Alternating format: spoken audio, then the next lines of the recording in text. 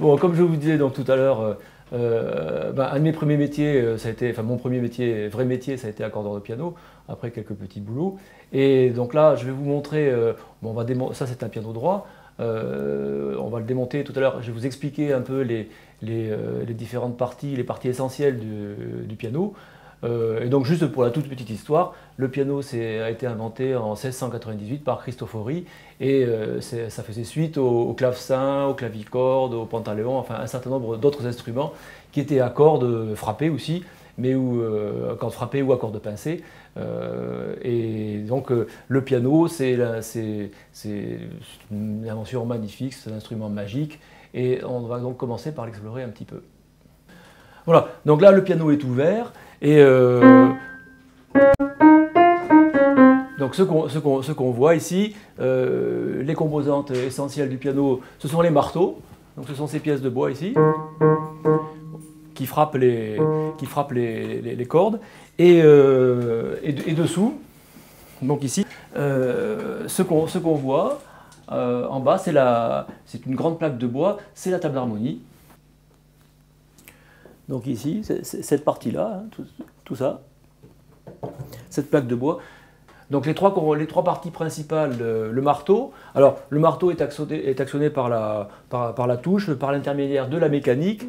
Donc ce sont toutes ces pièces ici qui servent d'intermédiaire. Le marteau frappe la corde.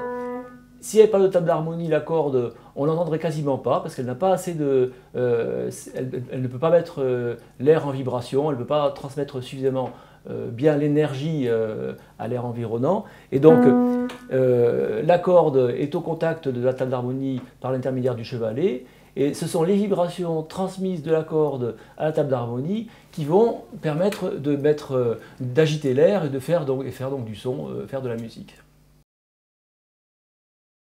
Je vais maintenant vous montrer ce que fait l'accordeur de piano quand un piano est désaccordé. Donc ça consiste à régler la tension des cordes par l'intermédiaire des chevilles. Donc ça c'est la clé d'accord, c'est l'outil de base de l'accordeur de piano.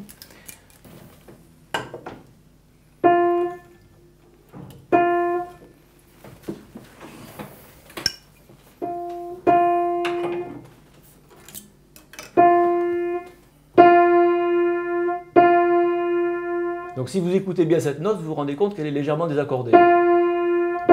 Le son est flou, il y a une fluctuation dans l'amplitude.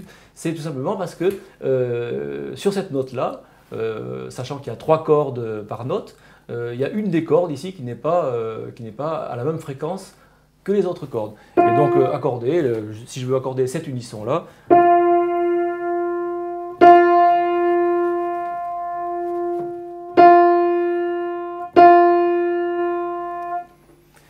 et donc là, j'ai simplement joué sur la tension de la corde que j'étais en train d'accorder pour la remettre à la même fréquence que les 3 autres cordes qui sont frappées par ce marteau. Ça, c'est la partie accord. Donc la partie accord, ça consiste à accorder, il y a plus de 200 cordes sur l'ensemble du piano, eh bien, il faut accorder toutes les cordes une par une. Je vais maintenant vous parler de la partie harmonisation. L'harmonisation, ça consiste à régler le timbre du piano. Le timbre, la couleur, le timbre, c'est un peu comme c'est l'équivalent de la couleur en peinture. Les marteaux ont une forme arrondie. Ils sont composés de feutre. Le feutre a une certaine dureté et c'est la forme, la dureté et la position de frappe éventuellement, mais ça c'est quasiment pas réglable sur un piano. Donc c'est la dureté et la forme qui vont déterminer le timbre du piano. Donc on a différents outils pour faire l'harmonisation.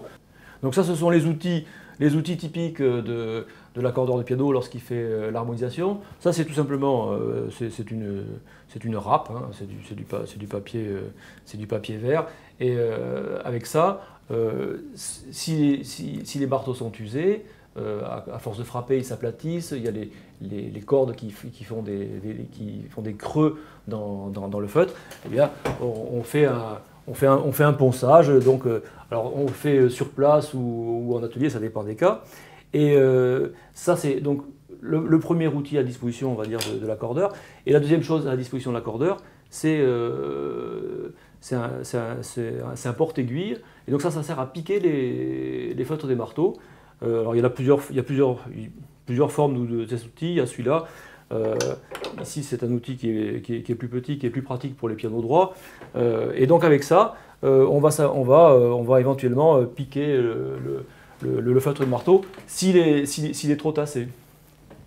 Et inversement, on peut aussi le durcir soit en tapant avec le dos de l'outil, soit aussi avec des produits durcissants, mais qui sont, on va dire, plutôt peu utilisés en général.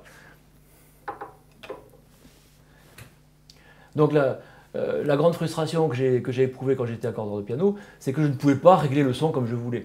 Vous pouvez poncer tout ce que vous voulez ou bien piquer tout ce que vous voulez, vous n'arriverez pas par exemple à augmenter l'harmonique numéro 5 de 6 décibels si tout d'un coup c'est ça que vous vouliez faire pour la beauté de cette note. Et donc les limitations rencontrées dans l'exercice de ce métier m'ont petit à petit ont fait germer en moi l'idée d'une baguette magique ou d'un outil, d'un piano virtuel sur lequel on pourrait justement faire tous ces réglages un par un.